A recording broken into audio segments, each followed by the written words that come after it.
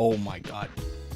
What is going on, everybody? Moawe here, and this morning Jason Schreier just dropped a insane rumor, and since it's from Jason Schreier, I am leading to believing it. As you can see on the screen, it says PlayStation plans a new service to take on Xbox Game Pass. Subscription offering will blend PlayStation Now and PlayStation Plus, codenamed Spartacus, launching Target next spring. So basically, what Sony's planning is really interesting, because I never thought Sony would do something like this. But basically, if we read here, the service codename Spartacus will allow PlayStation owners to pay a monthly fee for access to a catalog of modern and classic games. Said the people who are asked not to be verified. The offering is likely available. Will likely be available to PlayStation 4 and the PlayStation 5. So the main thing is that the service is going to merge, of course, the PS Plus and PlayStation Now, which is really nice to see. That's something I've been wanting Sony to do for a while, because PlayStation Now is kind of just sitting there.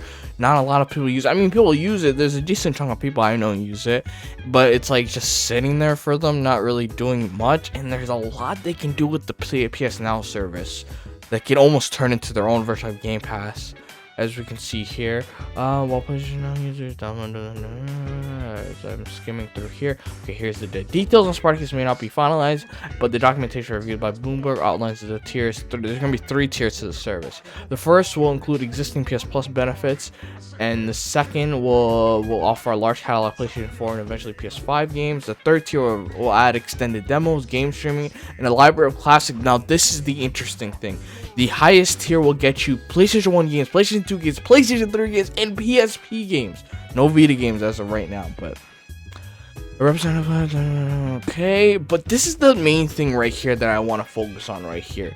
A library of classic PlayStation 1, PlayStation 2, PSP, and PlayStation 3 games. It seems like Sony's actually finally listening to the fans, I guess you would say, and finally offering us a classic catalog of games that is not just like, half-assed or anything like that. The potential for this could be amazing, could be holy shit type of things. Because here's the thing, Sony, like, if you look at the PlayStation Now's library right now, it's like recently they got the GTA 3, and it's as bad as GTA 3 is actually a bad example. Final Fantasy 9 recently got put on there. Witcher 3, Red Dead Redemption 2 was on there. I don't know if it's still on there, but they've gotten big hitters on PlayStation Now. So if Sony can do this properly and do this right, get a ton of back catalog games, especially from the PS1 era to the PlayStation 3 era, and even PSP, you gotta be kidding me. This shit can be insane, and that's the thing. That's the main thing here. It could be amazing. It could be great. It could be the greatest thing Sony has ever done. But that's the thing. It could be. This could be half-assed and not really implemented well and just not really great. That's the thing. It's I am so excited at the prospect of classic games for multiple reasons. Not only for Sony finally giving us an official way to play these games outside of just hooking up your PlayStation 3 and those consoles and all that stuff, but it's I'm so cautious about this because this can easily backfire. This is everything we've ever wanted, but it also can backfire. I mean, one of my main points that I think the thoughts that are coming out of this is, if this is implemented right, this might really change the retro market. Because if you think about it, if Sony allows you to play basically, let's say a decent chunk of the PlayStation 1 library that they can use, let's say all the Final Fantasies, all the Metal Gear, Resident Evils, all the big hitters from each of the generations, and some obscure ones as well to fill up the library, that can easily knock out freaking a decent chunk.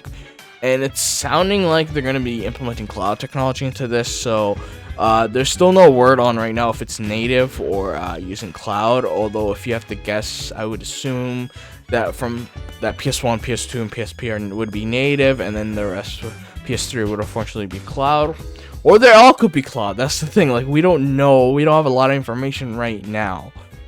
Just I think the thing about it is that as much as I hate to admit it, if you're gonna do it right and just whatever, just make PS3 cloud.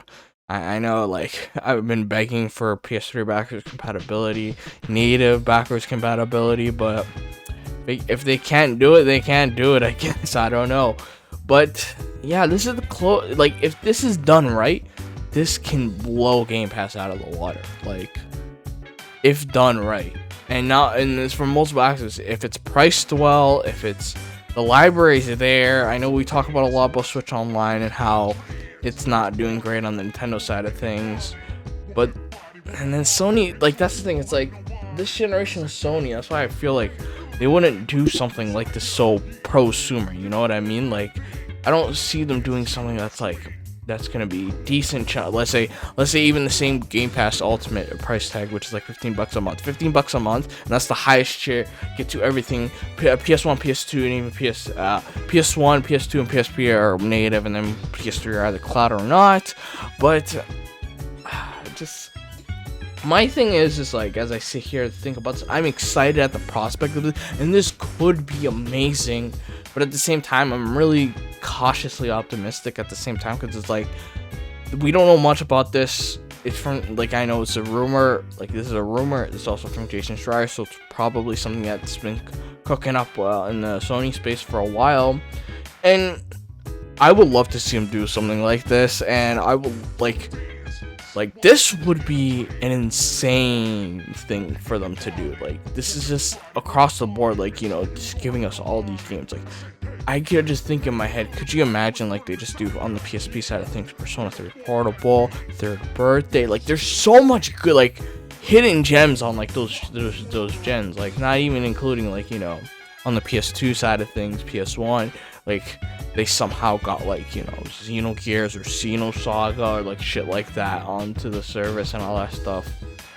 But yeah, it's gonna be interesting how things play out with this, and I'm interested, but at the same time, I'm keeping my expectations in check at the same time, if this thing even becomes a thing and all that stuff. But comment down below, guys, what you guys think of all this. What games would you like to see on this kind of service? I know for sure for me, I've been hinting at it a lot of JRPGs, like, you know, from back in the day, Xenogears, Xenosaga, the Doc Hat series, Persona, stuff like that, Shin Megami Tensei even, like, there's just a decent chunk of games like that. Dragon Quest even, holy shit, like Dragon Quest 7, Dragon Quest 8, stuff like that. Comment down below what you guys think about this whole service and all this stuff. What do you guys think? Do you think is this what it's gonna be chalked up to be? Something amazing, something that's gonna blow Game Pass out of the water?